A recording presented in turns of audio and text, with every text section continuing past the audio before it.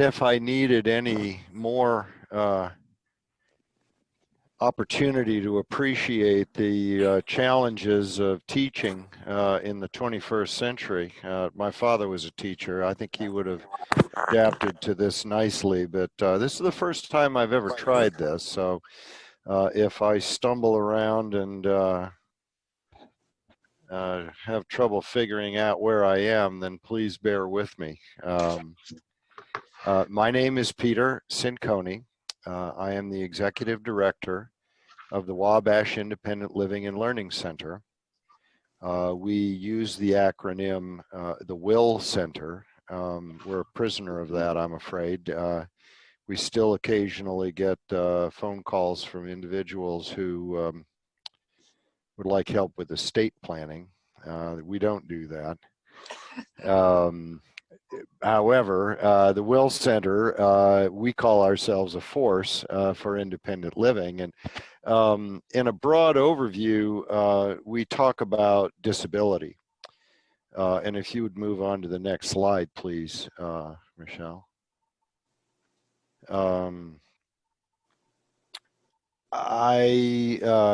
And forgive me, I can't see everyone in the group here, so I'll just leave that out there as a question. What does disability mean? I think all of us have some mental picture of what that might entail. In the realm of aging, if you will, all of this includes what they now call conditions of aging. But I probably am not going to surprise anyone by saying by telling you that according to the government of the United States of America, we have 3 definitions of disability. And I guess I'll stop right here just for a moment and say, I don't know how the give and take in a Zoom meeting works. I've done Zoom meetings, most of which have been interactive. In my own personal opinion, it's better to ask questions as they come to mind than it is to wait until the end when folks maybe have forgotten about the context of the question. So, Michelle, I don't know how that works, but if an individual has a question, I'd be very grateful to have that come up at the time. That way we can maybe address the issue while it's fresh in everybody's mind. Yeah, no, and that's perfectly fine. A lot of them are unmuted so they can ask. That'd be great. That I have that are out, that are muted, all know how to unmute and ask questions. So if you're looking to kind of do more of a back and forth, absolutely. You throw that question out, you just have to give them a little bit longer to reply back. That's fair enough. Unmute themselves. So that's fair enough. So let me go back to that question. What does disability mean? Without ability. Well, strictly speaking, that is exactly the case. But when you place it in terms of human condition, and particularly in terms of conditions of aging as they are associated with the human condition, that definition becomes very limiting. Sure. Mm-hmm. Because I'm sitting here in my chair in my office talking to people who may have conditions of aging, but they certainly aren't without ability. And they are certainly adapting their abilities over time to maintain the lifestyle and the interests and the life experiences that they still wish to have and still wish to experience. Pete, yeah. I have actually written a book chapter on this as it applies to nursing students in higher education. Outstanding. And I think how we've come to view disability is something that prevents rather than something that we have to do in a different way. you know, as we all get older, we have a little arthritis. We can't hear so well. Maybe we can't see so well. But that That's doesn't mean we're disabled. I mean, when you talk about, I love the title of aging. And I'm thinking, I'm too busy to age. Yeah, I can't do some things like I used to. There were some things I never could do. So at this point in my 70s, the only thing that's holding me back is can't wait to get the shot. And yes, I'm signed up for the first one. But, you know, I think we have to re-envision and not think so much about what holds us back. I mean, I have a friend that's almost totally deaf, and she's a nurse. She teaches nursing. She has all this stuff in her classroom that both rehab gave her. She takes her hearing dog into clinicals with her, and she can teach students how to give nursing care. Old time thinking was say, oh, she can't be a nurse. Mm-hmm. Or would lecture her on what she can't do. And you're going to love what I'm talking about here in the next hour, because we are kindred spirits in that regard. Independent living is a philosophy, and I'll get more into that later and give you some detail on how it is that we view as an independent living center and as an independent living movement. But you, in my opinion, have it exactly right. Disability with that strict definition means a lack. Dis is a lack. That's not the way we view it. And in fact, I'll talk a little bit about attitudinal barriers here in a little bit, and I think that's where I'm going. Let me give you a few of the federal government definitions so you have some idea of how far we have to move to change attitudes. Most of you, I hope, are familiar with the Americans with Disabilities Act. That was landmark federal legislation that was approved going more than almost 30 years ago now. The Americans with Disabilities Act defines a person with a disability, and mind you, once again, that definition has expanded to include conditions of aging but it defines disability as a person who has a physical or mental impairment that substantially limits one or more major life activity. This includes, and by the way, my late father would have clobbered you with his cane if you'd have said he was a person with a disability, but he couldn't walk very far without assistance in the last few years of his life. By definition, the ADA would say he was a person with a disability. That didn't mean he thought of himself as such, and I think that attitudinal element is so critical. This definition from the ADA includes people who have a record of such an impairment, even if they don't currently have that disability, and it also made it unlawful to discriminate against a person based on that person's association with a person with a disability. So when that body of law was signed into existence, there was a considerable amount of discrimination, not necessarily based on distaste or anger or just lack of knowledge, lack of understanding of what disability and conditions of aging actually meant. That's one definition. There's a second definition that comes to us from the Social Security Administration, bless their hearts. The definition of disability there states that an individual must have a severe impairment that has either lasted or can be expected to last for a minimum of 1 year. Now we got a time limit on it. This condition has to be severe enough that it prevents an individual from engaging in what the Social Security Administration calls SGA. I was in the Navy in a prior existence, and we loved our acronyms. SGA stands for substantial gainful activity. That means your ability to earn a paycheck. So the Social Security Administration is going to take a little bit of a different take on disability and say, well, you know, if you can't work, that's a different story. The third definition comes to us from the Veterans Administration. And for the VA, your disability is graded. My uncle, my mom's baby brother, managed to get in the way of a couple of North Vietnamese bullets in 1968.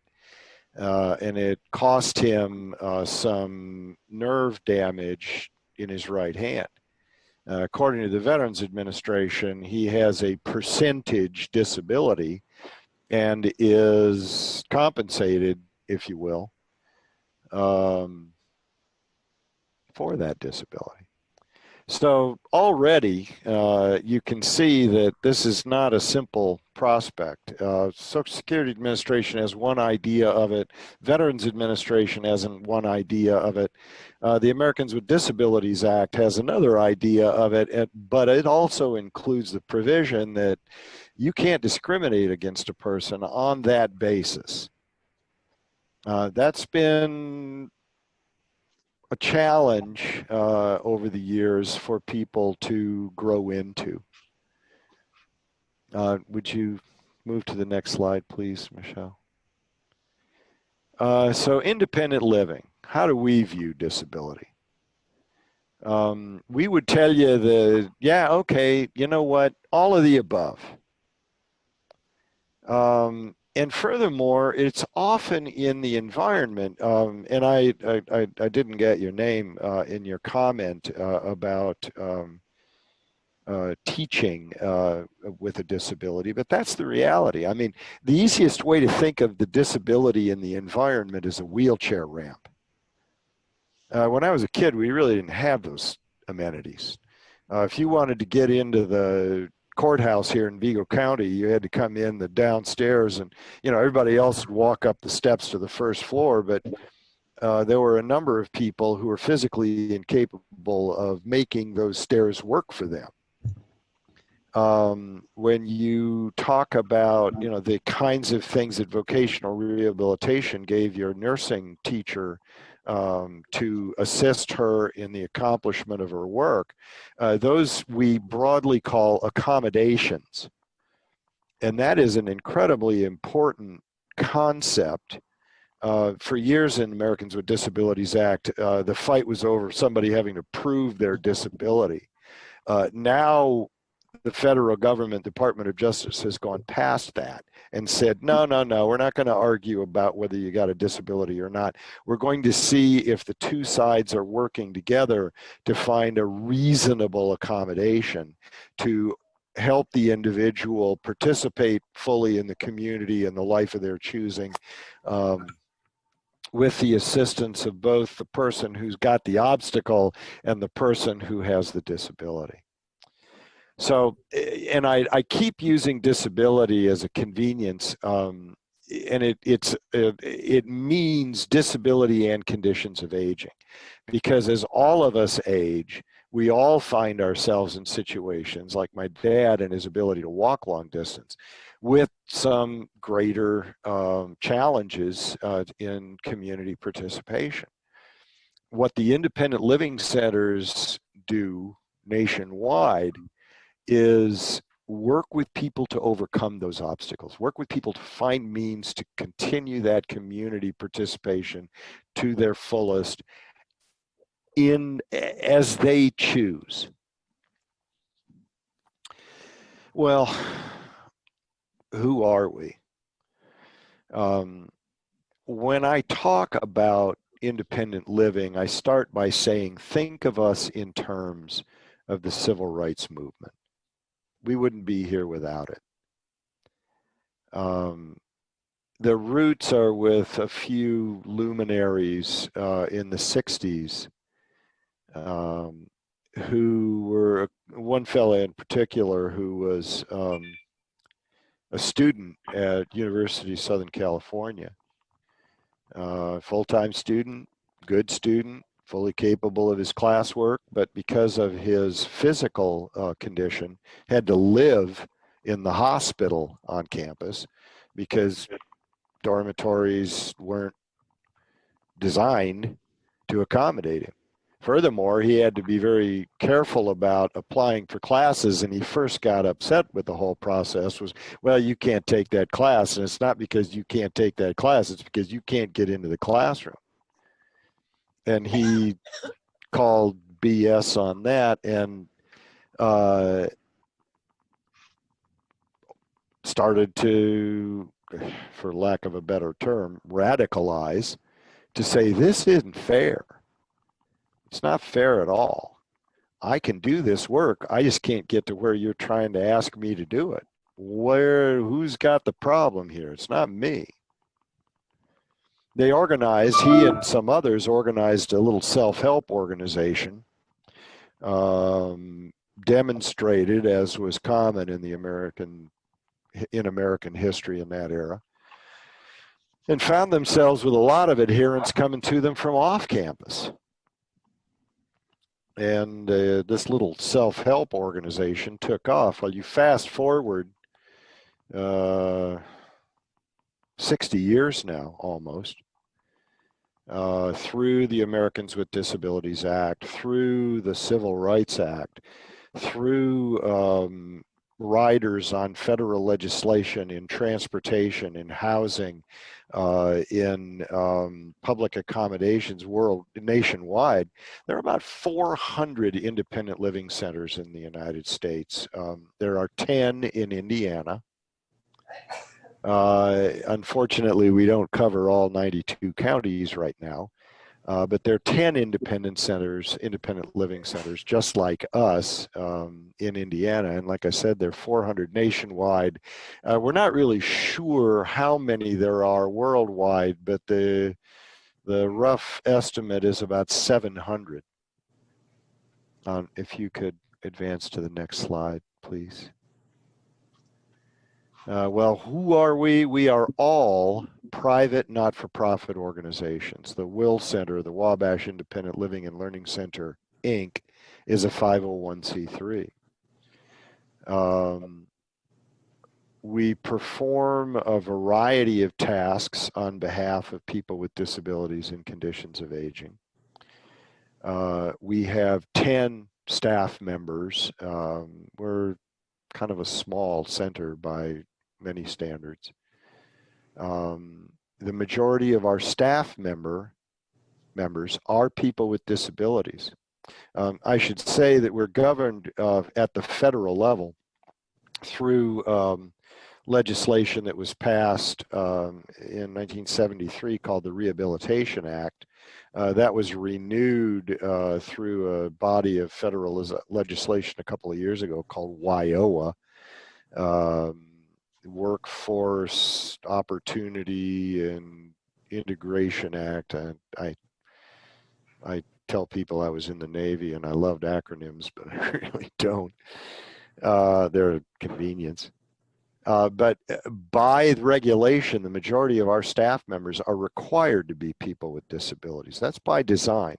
I'll talk more about that in a minute. Furthermore, we are governed, as all not-for-profits are, by a board of directors. The majority of our board members are people with disabilities, and that is by design.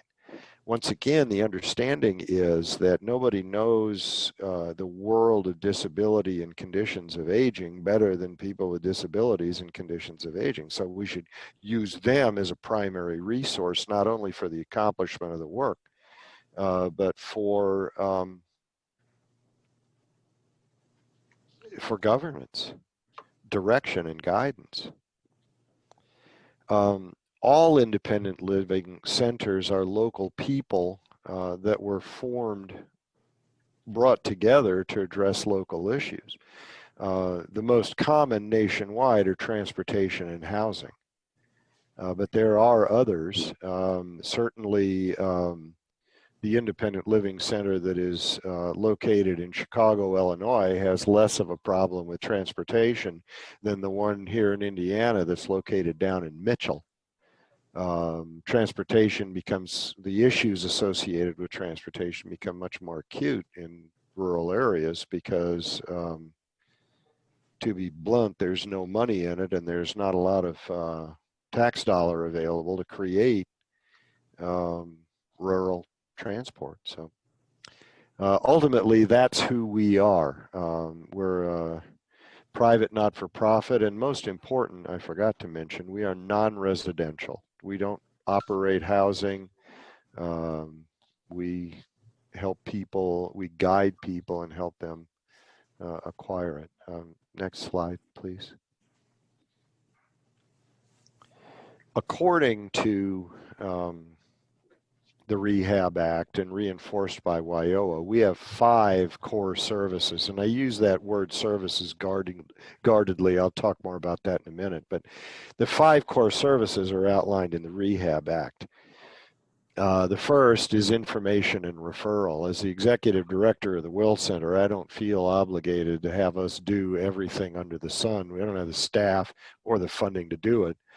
So what we maintain is a considerable catalog of support, benefits, services, everything from government sources to churches to volunteers who are there and available to support individuals in achieving their independent living goals.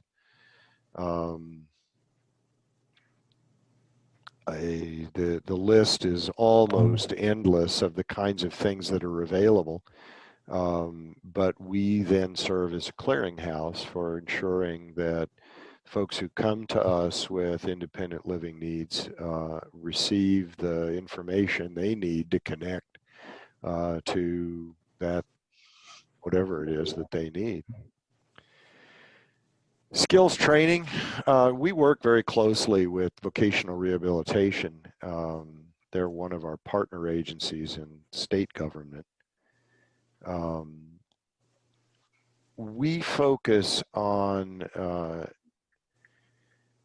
what some folks might call softer skills. Folks who have not had gainful employment in their life may not know how to budget. VR isn't going to teach you that. So we provide some training to individuals who've suddenly got money and have an apartment and a need for transportation and all the kinds of things that go along with that, and help them learn how to manage their finances. We've done cooking classes in the past. We've helped people learn how to use public transportation. Once again, that is goal-oriented, driven by the folks who come to us. Peer support, already talked about that a little bit. The Will Center runs 6 support groups in our service area. We serve, by the way, Vigo, Vermilion, Park, Putnam, Clay, and Owen counties. And these support groups are ways for folks to connect, to talk to one another, to learn from each other. And we're doing a lot of it now virtually. When the weather was nicer, we held several of them outdoors with appropriate protection and social distancing. Those are among the most popular things that we do. We've helped create and reinforce a lot of friendships for people who have had similar experiences. The 4th core service, Advocacy, takes on 2 elements. The first is individual advocacy. people who have come into disability later in life find it very daunting to deal with the bureaucracy. I mean, if you call the hotline for Social Security Administration, you're going to get an automated voice that tells you to listen to all of the following options because they have changed. Para español imprime ocho. And it's frustrating and difficult to deal with Social Security Administration, with Medicare, Medicaid, with the Veterans Administration, unless you know your way around it. So we assist people in making those connections. I have a catalog of phone numbers that I use, and our staff as well, for folks who are inside these organizations who can help steer folks in the right direction. The other element of advocacy is systemic. I'm dealing with a belly full of that right now because the Indiana legislature is reconvened. This is a budget year. And those processes are at work now. Never underestimate the power of 150 well-meaning people to do severe damage to the world when they get together. We deal with a lot of information to legislators to help them understand just what some of the challenges are. I mean, they with all the good intentions in the world could propose legislation that would have a law of unintended consequences dealing on the back that if they've not dealt with conditions of aging or disability before, they don't know what they're getting themselves into. And so we not only propose and support legislative initiatives, but we also provide consumers from our consumer log to come over and provide expert testimony. We also provide our own testimony to committee hearings and on the floor of the House and Senate to help them understand what impact legislation will have on the individuals who they serve. It's an interesting time to be doing that sort of thing because a great many Americans, unfortunately, are so turned off by politics, not without good reason, and are afraid to speak up. And I remind folks who express that concern to me that, yeah, I understand, but if you don't speak up, the people who aren't afraid to speak up will, and you may not like what you get on the backside of that. So we need folks to learn how to be engaged and how to pay attention. That's a big part of my job as the executive director. I can't say as I enjoy it, but I certainly see the value. I'm not much of a politician.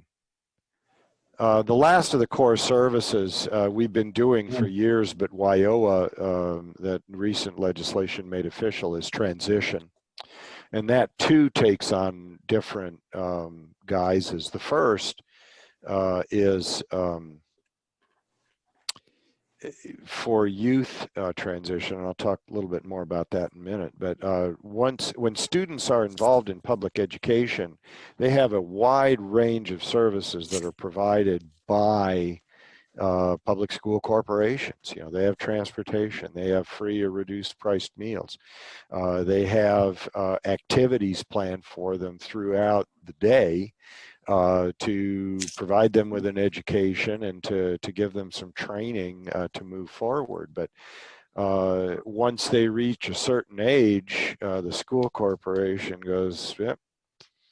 And often parents and students are caught off guard by that. You know, they reach the age and suddenly, and furthermore, parents, you know, can be caught off guard by the fact that when their child turns 18 years old, they're not necessarily allowed to be in a room anymore. If the student doesn't want them, they don't get in because they're of age now and they don't have to have mom and dad with them.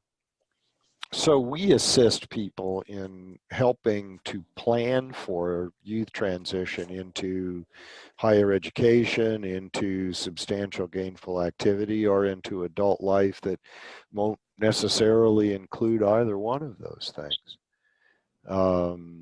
That's a very challenging aspect of what we do because it is obviously highly individualized, and sometimes there are conflicts between parents and students, and some, which is standard operating procedure for coming of age in the United States.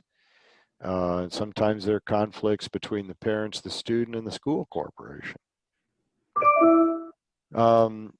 Another part of transition is helping people leave institutional care. I've been at the Will Center now for over 10 years, and I'm still waiting to hear somebody say, geez Louise, I can hardly wait to get to the nursing home. Most folks would choose not to. Now, I'm also aware of the choices that people do have. My mother, who's still alive, has chosen to live in Westminster Village on the south side of town. She's fortunate enough to have the means to be able to pay for this care that she receives there. And she has friends and she likes it there. That isn't always the case. And it's a simple fact of American life in the 21st century that it's less expensive to stay in your own home than it is to move into this kind of institutional care. Mom made the choice to do that. Some folks don't have that choice. And the ones who don't have that choice, generally speaking, are the ones who can't afford choices. So we end up as taxpayers paying a substantial amount of money for individuals who are being housed, cared for in a place they don't want to be. And that's unfortunate because a lot of the facilities that receive tax dollars for the care of individuals aren't always the best places to be. And rather than get into a treatise on that, I'll certainly answer any questions you might have, but that's a problem. Folks with conditions of aging don't necessarily want to live in some of the choices that they're given, but the choices are limited to the places they don't want to live. This is also a very difficult part of our work because getting folks out of there once they're in there is incredibly challenging. I'm sorry, go ahead.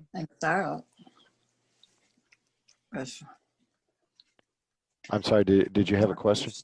No, she doesn't have a question. She's just talking to somebody else. Okay, I'm sorry. I can't see everybody, so I'm not sure what's going on in the background there. And the last bit of transition is something that we find very rewarding, and that's diversion.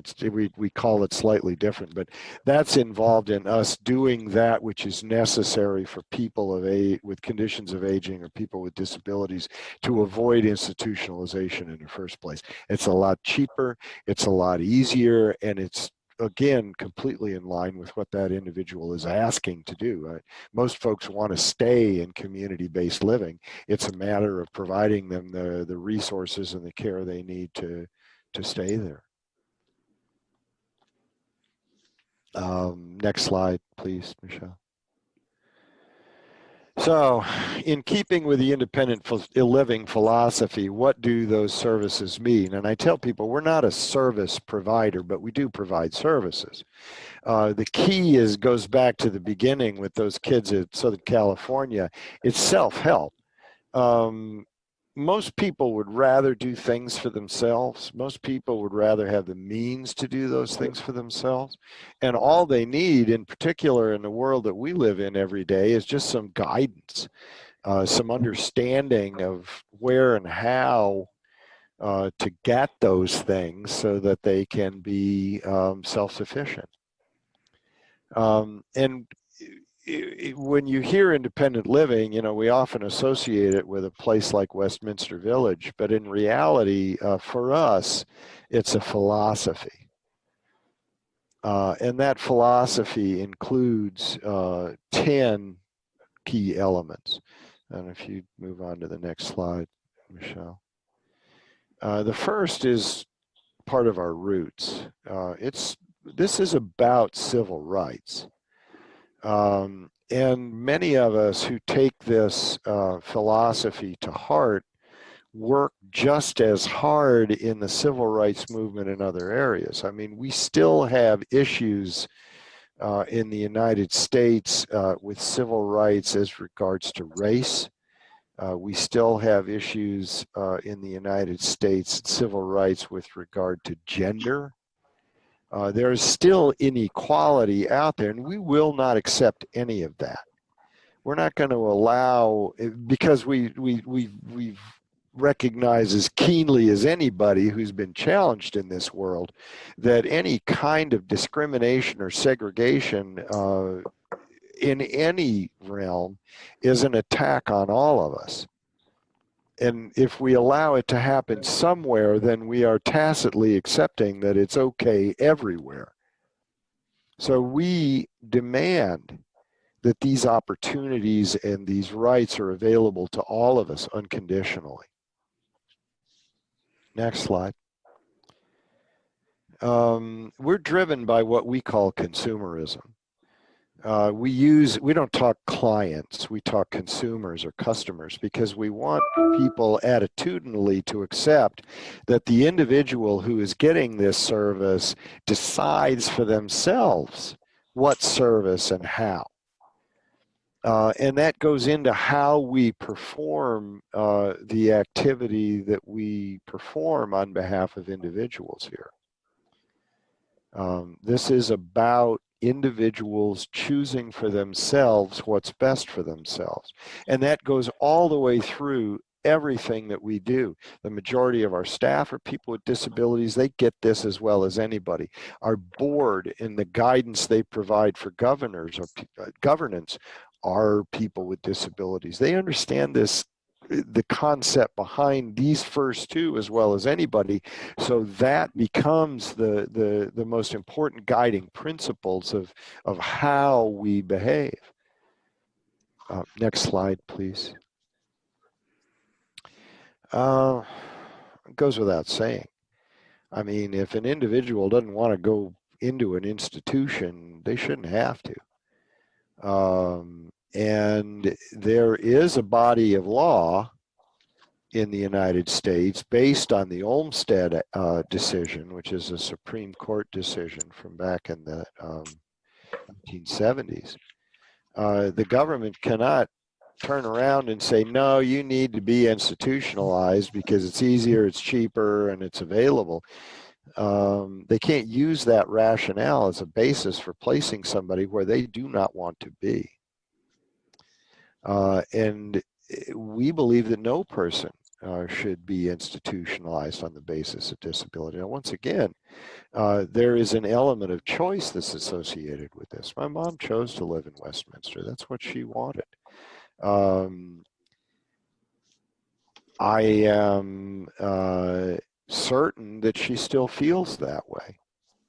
But that was her choice, and not somebody who she's never met taking some program into their hand and saying, this is where you belong, sweetheart.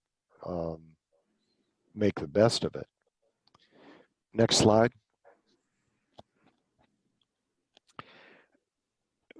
One of the attitudinal barriers that we have faced in this world, disability and conditions of aging, is the attitude that people are sick. You know, the definition of disability that came out right at the beginning, you know, lack of ability. The attitude was this was a medical condition that allowed people then to assume that these folks, all folks that with disabilities or conditions of aging, need to be dealt with by a medical, what we call a medical model. Some grand poobah walks into the room, looks over your chart and does a examination of you and turns around and says, well, you know, this is your problem and this is what we're going to do to care for your problem. We start from the opposite end of that. You know, this is not a medical issue. People with disabilities and conditions of aging aren't sick. They just have some conditions that require reasonable accommodations, and you don't need a certified medical professional to help us determine what those daily living activity accommodations might be. This is the backwards approach to it. So de-medicalization of our lives is the backdrop of how we do what we do. Next slide, please. It kind of goes without saying that most folks don't want someone doing for them, but that they also can grow by having conversations, meaningful conversations with people who've had similar experiences. And it's exciting to me to attend some of our peer support groups, because they're not always, you know, life and death issues. They're just folks who have shared similar experiences who will make a comment and three other folks around the table will go, yeah, exactly. You know, you don't need a doctor to sit around the table and direct that conversation. You just need people who've shared the experience. And this becomes a crucial part. It's one of our core services, connecting people in this way. And it is a very powerful element of what we do, because sometimes it's just the confidence people need to know that, you know, yep, you've dealt with it. Oh yeah, me too. It makes folks feel stronger in their process. Next slide, please. Talked about some of this earlier, but this is the necessity. I mean, we have to make systematic, long-term, permanent, community-wide activities to make sure that these accommodations are not only made, but required, and gives folks then the opportunity to benefit from everything that society has to offer. There's a wonderful story in the very beginning of Americans with Disabilities Act. One of the first things that, you know, one of the first pushbacks was from movie theaters, interestingly enough. People who own movie theaters said, why in the heck should we have to build these ramps and then blah, blah, blah, because hell, we never get anybody with a wheelchair in here. And somebody at some point finally said, hey, you know why? It's because they can't get in. You know, if you got rid of the steps and had a ramp, who knows, maybe you'd actually get some folks. And lo and behold, as soon as the accommodation was put in place, their business expanded to include folks who'd never been able to get in there before. One of our staff members here has worked with the movie theaters who have taken a tremendous hit during the pandemic, by the way, but made a tremendous effort to get descriptive audio headsets to go along with the films that were being shown. Many movies now come with that descriptive text behind the actual audio of the movie. And our staff member here, who is vision impaired, now he likes to go to the movies because he can actually have somebody describe, you know, when there's a 4-minute element in the movie where you're seeing wonderful images, but there's no dialogue. He never knew what was going on. Now he does. These kind of community-wide change activities are at the heart of what this means. We've come a long way. We're not there yet, but we've come a long way. Next slide, please. I think that speaks for itself. That last barrier, attitudinal, remains one of the most difficult. I still occasionally, when we field complaints, because we do get phone calls from time to time from individuals who say, you know, I've tried to get into thus and such and I can't, and I've taken my concern to the owner of the property, and the owner of the property will say, well, you know what, we don't have to do that because we're private, and either way we're grandfathered in. No, you're not. That attitude that movie theaters had in the very beginning, you know, we don't, you know, why should we do this? We've never had anybody come in here to ask for it, you know. Well, folks, if you looked at it from the point of view of the individual trying to get in, you might actually open up a whole new line of your business or your facility that you'd never explored before. It'd be good for you. I think more and more people are now in a time to recognize that, you know, if you don't have a ramp, if you don't make these accommodations, people are going to look at you differently than they would have 30, 40 years ago. There's an expectation now that we make these accommodations.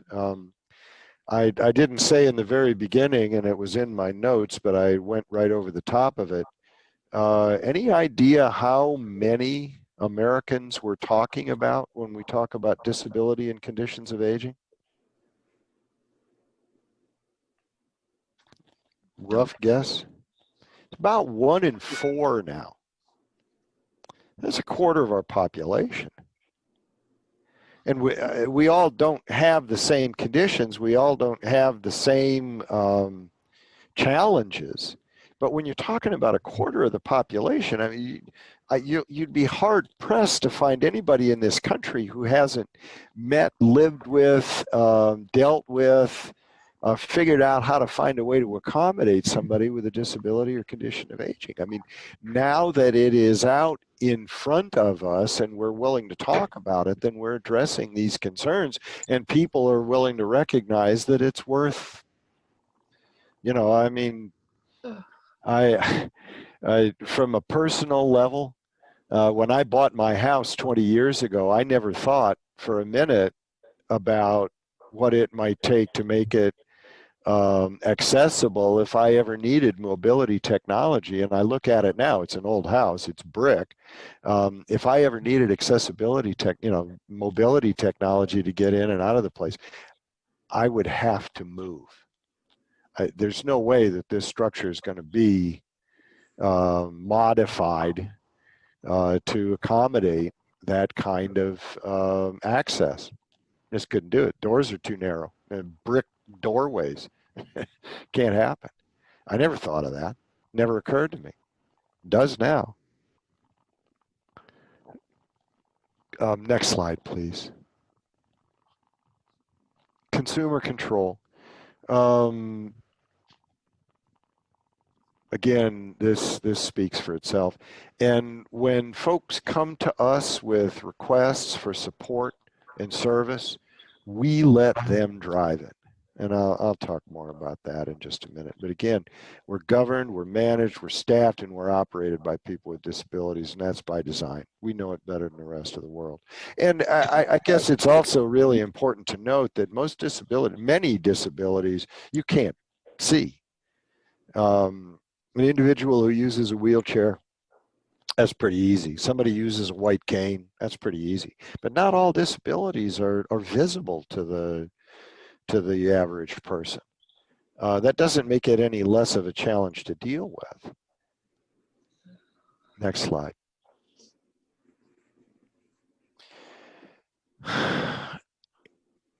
This is something that folks sometimes have a hard time understanding, but I alluded to it just a second ago when I talked about invisible disabilities. I mean, our activities are conducted supporting the philosophy and are cross-disciplinary.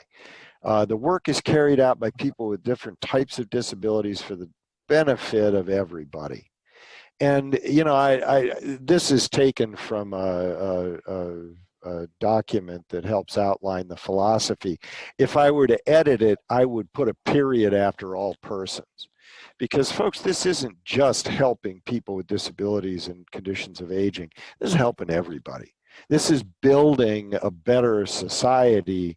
And ultimately, you know, when you're 21 years old, you don't often think about yourself in advanced age, but God willing, we're all going to get there. And when you are forced to accommodate those changes in your own skills, the realization can be harsh if you're not prepared for it. So another one of the things that we do is help people. You know, I wish somebody had told me 20 years ago that I might want to think about that, and that, because I love the house, I love living there. But if I ever had to have that kind of technology to help me, I can't stay there. And that's why I say put the period after "for the benefit of all persons," because that's really what we're trying to do. Philosophically and attitudinally, we're trying to make a better place for all of us. Next slide, please. And last but not least, we use the word inclusion. Diversity is kind of a tough word for me to swallow these days because it sort of implies that, you know, I get me one of these and one of those and we're good. This is about building a society where people have the choices, they have the opportunity to make the choices that they want to make. And in the absence of the kind of work we do, then there remain barriers to education, employment, housing, fun stuff, transportation, any sort of public or private group. If we don't include, if we don't find ways to build that inclusion, then we're going to exclude. And that's the last thing we want. That was an awful lot and kind of 45 minutes. I guess I'll take a short break right there. I'm going to get a drink of water. Does anybody have any questions about any of that before I go on?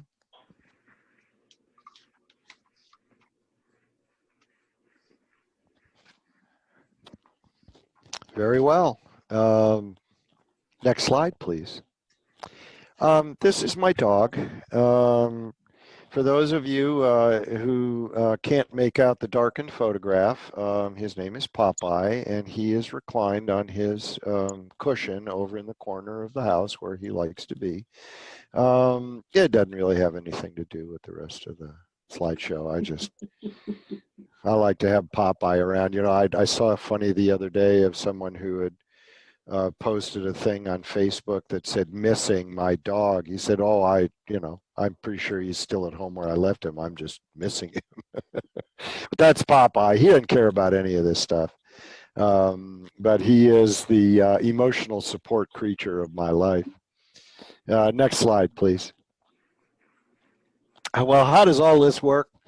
The independent living centers nationwide are tasked to work peer-to-peer. We don't advertise. We do advertise, but I don't go out and find somebody with a wheelchair and say, "Hey, how would you like to come down and see what we do?" I engage in those conversations all around the community. But what we do is peer-to-peer. People come to us usually with a very specific concern. And we schedule time and we have a one-on-one, peer-to-peer. Again, our staff are people with disabilities. I think they have a clearer understanding of how disability works and how conditions of aging work. So they just engage in a conversation, and usually from that very one specific interest or need or request, we discover maybe some other things that they might not have thought of, or they might have not wanted to talk about. However the process works, what we do then is develop an independent living plan. This is a set of goals. Like any set of goals, they have smaller objectives built into them. Like any plan with goals, we deal a lot with what I called with my sons, disappointment management. You set out on the right track and you're enthusiastic, and by God, we're going to do this. And then first step out of the block, you fall flat on your face. And okay, now what? Is there a way around this? Is the goal worth achieving? If it is, then how are we going to overcome this change in what we thought we were going to have to do? But the individual engagement that is part of this plan is throughout the process. We make sure folks are connected to the resources they need. We make sure they have the training that they need. And we're there to assist. I mean, the goal is to make sure that folks can do it on their own comfortably, but we're here to provide whatever resources and support they need to make that happen. Next slide, please. On a practical level, what does that mean? Well, we provide, we have a budget for, and we circulate a lot of donated assistive technology.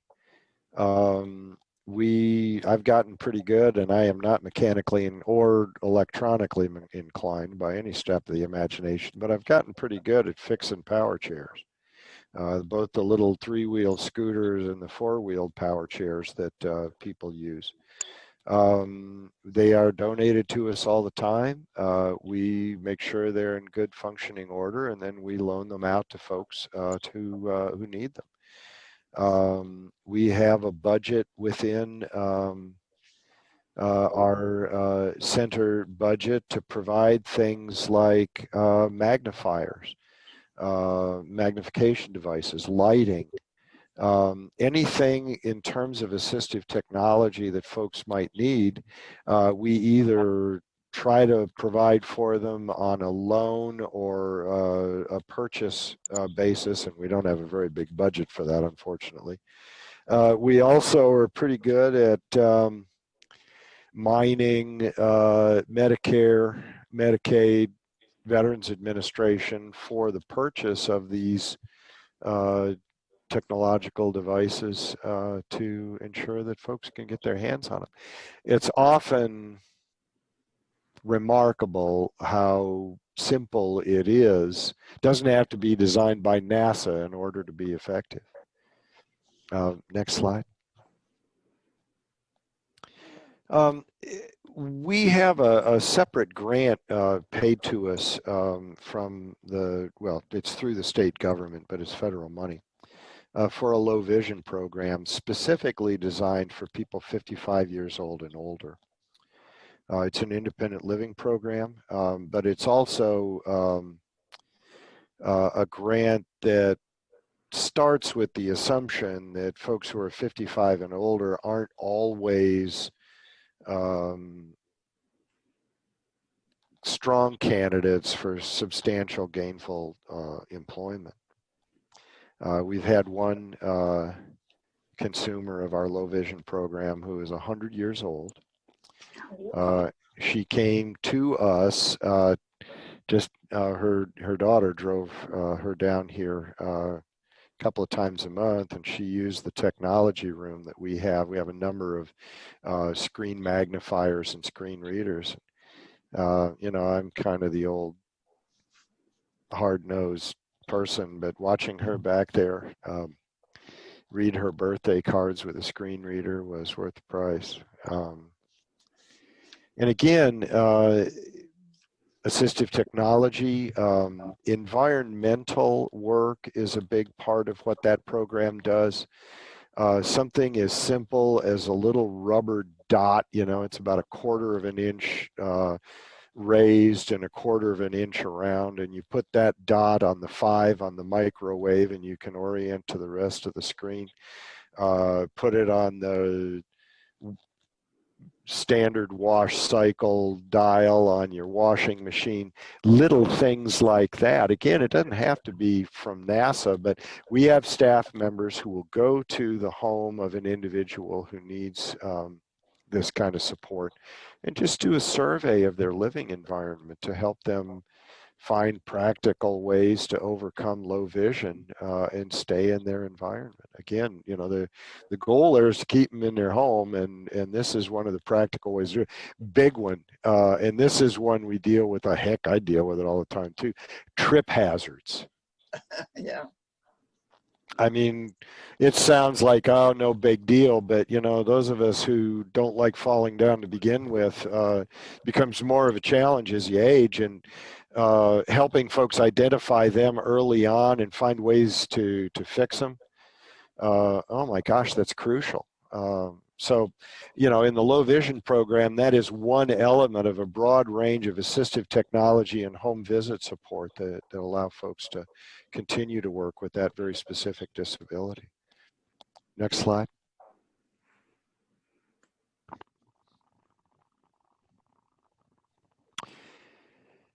Ramp construction.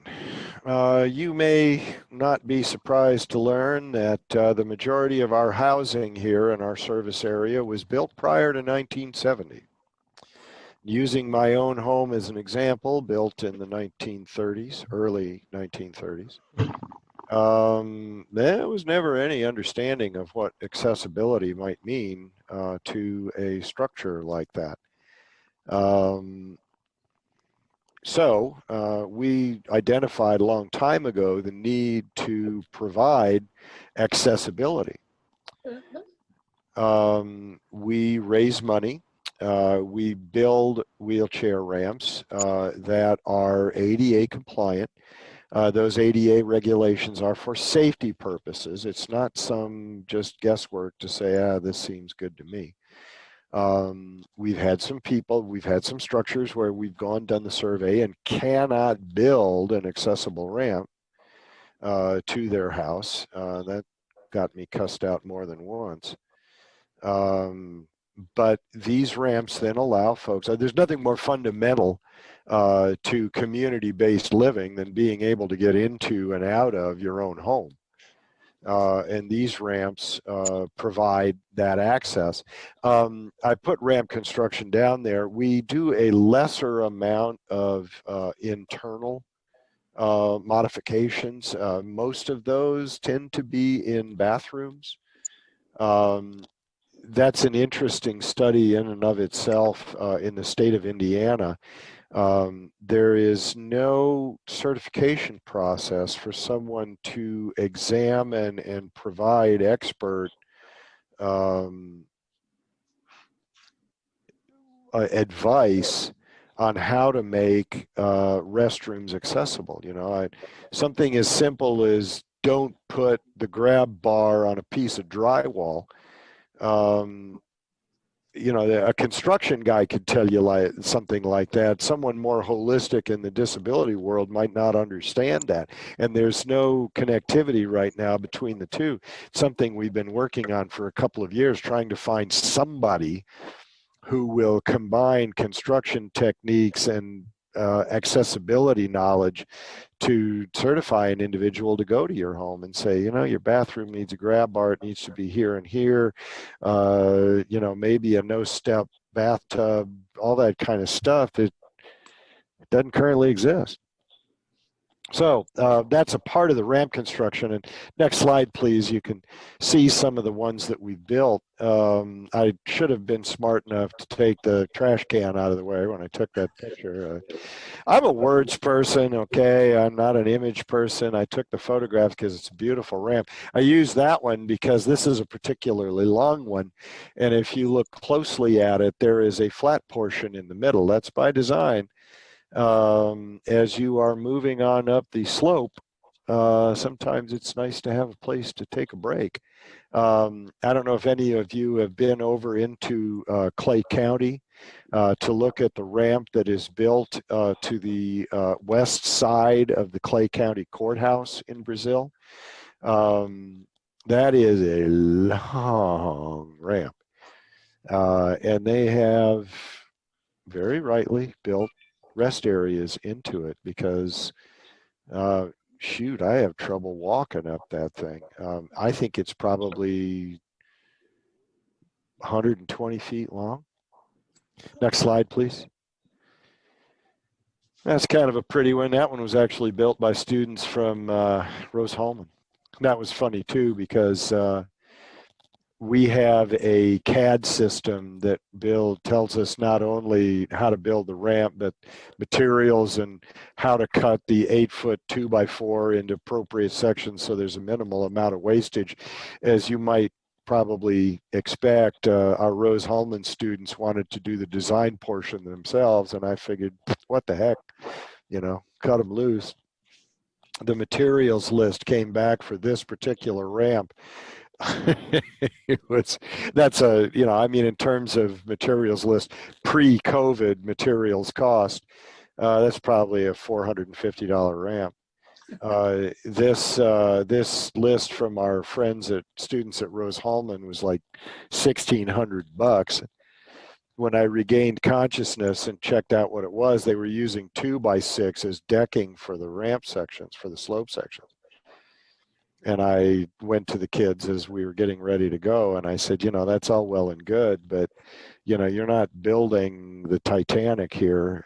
Deck boards are good enough. Well, the 2x6 is stronger. Yeah, it is, but it's also like 2.5 times more expensive. Let's try to think of the guy who's got to buy the materials. Those kids have been a great source of volunteers for us, and their civil engineering program has been a great source of understanding to help us with the CAD system. Next slide, please. That's a complicated one, but I love it because it goes around the tree. Sometimes you got to be a little creative to get them to fit to where you want them to go. But that one was a 2-day job. Most of the ramps that we build we're able to execute in 1 day. That one took 2. Next slide, please. State health insurance program. This is one of the things that we've actually picked up along the way. Nobody else was doing it. And it's a great need. People who qualify for either Medicare, Medicaid, or state health insurance program. I don't know how many of you have dealt with the world of insurance here lately. I hope few of you. But we have trained counselors here who are able to navigate the system to help them find the exact programs within all of this that will be most beneficial to them. And it changes year in, year out. So we have returned customers every year when open enrollment returns that gives them the opportunity to review what they, medications and programs that keep them from spending too much for something they can't do without. Next slide, please. Youth transition, I mentioned before, when kids are in school, they have all these wonderful benefits. And without someone reminding individuals that, you're not going to be in school forever, it's easy to lose sight of. You go on living your life, and then all of a sudden, the government hits its own deadline and tells you to move on. Youth transition is complicated, and we have an individual who works here for us, and that's his full-time job. Not only helping parents and students understand individual education programs, IEPs, but also helps them recognize when dramatic changes are going to come and what's available to them. This has become a very important part of our work.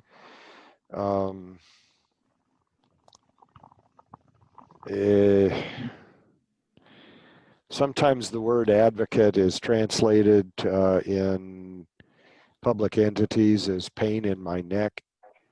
We try to be as gentle as possible in reminding both the parents, the students, and then the school corporations that we're here with a body of knowledge that can actually be useful and practical. So that's another one of our very specific programs. Next slide.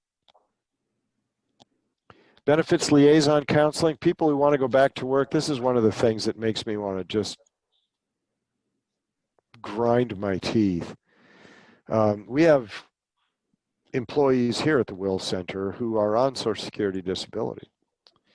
If they make 1 penny more than the government allows, they stand to lose all of that. Plus, if their Social Security disability includes Medicaid, they lose that. And it's an enormous disincentive to going back to work. Because if you mess up, you're out. And, you know, a lot of times substantial gainful employment isn't substantial enough to help folks live independently.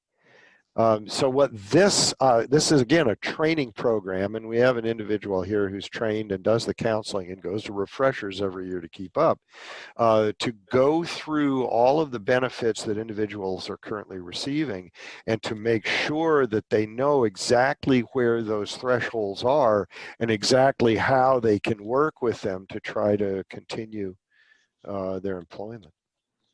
That's a real popular one. Vocational rehabilitation pays us to do that one. Next slide, please.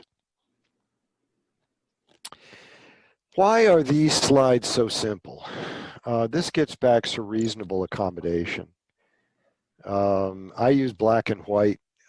It's interesting, one of the things we use in our low vision program for initial evaluations.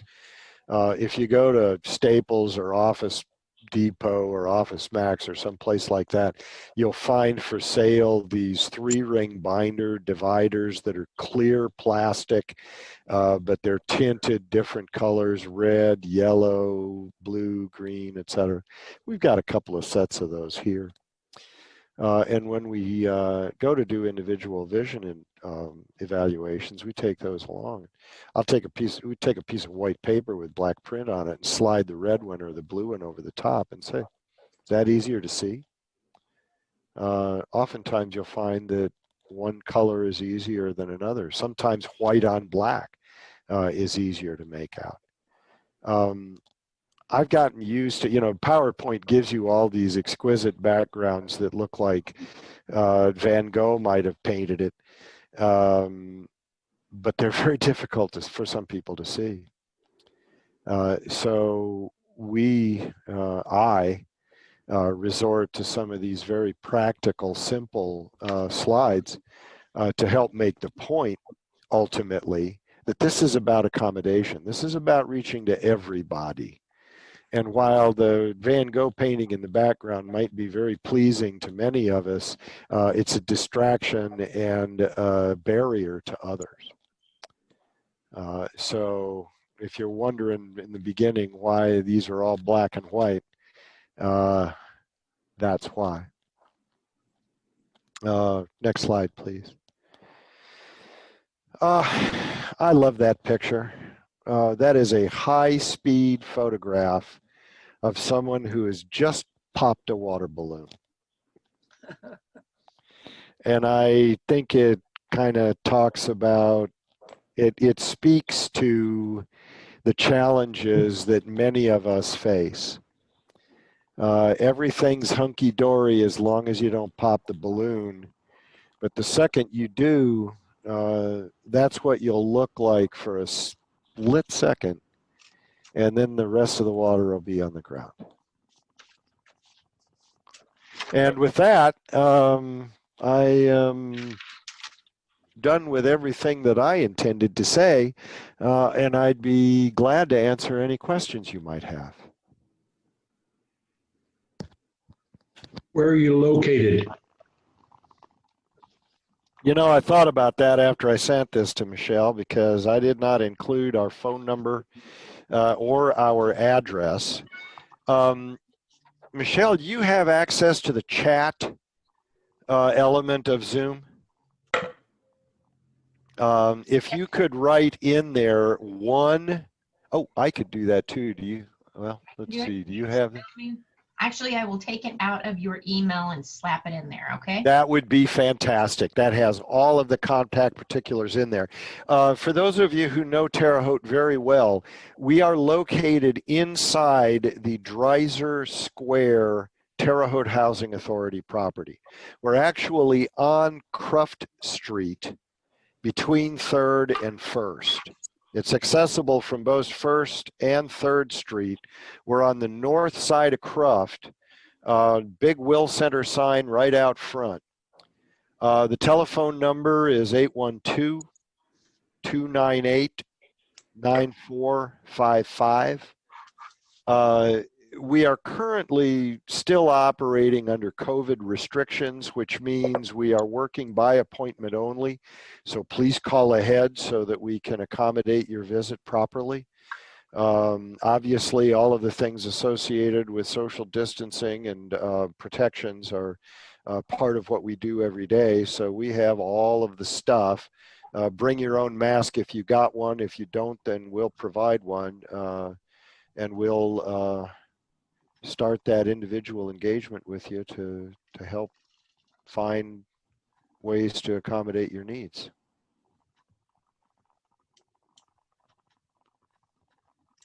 I have a couple of questions if nobody else is going to jump in there. Sure. Go ahead. We were actually just talking about one of our members. COVID has been horrible for so many people for so many reasons, but especially our OLLI members, because technology is not always the easiest thing. Sometimes we don't have it, or we don't have the equipment that we need. One of our long-standing members, Betty, has a huge hearing problem. So, I mean, to try and do Zoom like this would probably be pretty hard for her. And then even when we call her, she can't hear well enough for us to communicate so that she feels like she's still connected. So, knowing what kind of equipment could necessarily help with that. There are a couple of organizations that work with telephone accommodation for low hearing individuals. And, as I'm sitting here in my chair now, I cannot remember the contact particular for them, but it's actually a telephone that will translate voice to text. It still has some of its problems. People who mumble usually gets translated badly. Or like any sort of texting, it sometimes will autocorrect something that you did not mean at all. But it does then at least provide for those individuals who need a visual cue for audio. It will provide, and that kind of stuff is accessible and available.